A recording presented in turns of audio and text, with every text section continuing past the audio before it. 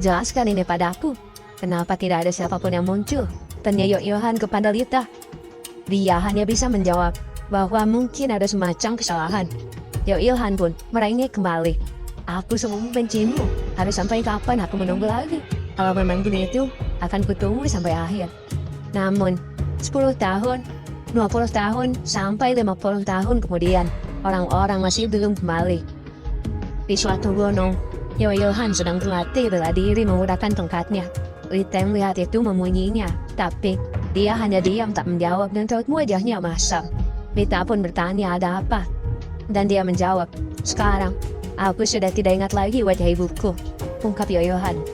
Lita pun meminta maaf padanya, tapi Yohan menjatuhkan tongkatnya dan berkata, sebenarnya sejauh mana poros waktu? Aku bosan dengan seni bela diri sekarang. Lita yang mendengar itu membujuknya agar kita meninggalkan seni bela diri, karena bencana besar bisa dimulai kapan saja. Yohan mengetahui hal itu, dan dia juga berkata kepadanya bahwa dia akan terus berlatih, tapi sambil membaca buku juga. Lita yang mendengar itu bahagia atas jawaban itu, karena Yohan tidak jatuh dalam keputusasaan. Dan hari-hari lain pun berlangsung. Yohan membaca buku seharian.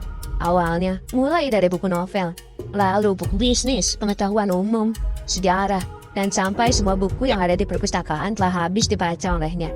Dan untuk menghilangkan kebosanannya pun, dia mulai berkeliling dunia serta mempelajari berbagai bahasa.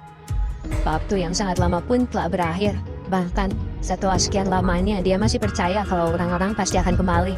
Lita yang melihat perjuangan Yohan pun selama itu, dia berdoa kepada dewa agar membiarkan para orang-orang segera kembali ke bumi sebelum Yohan mencapai batasnya.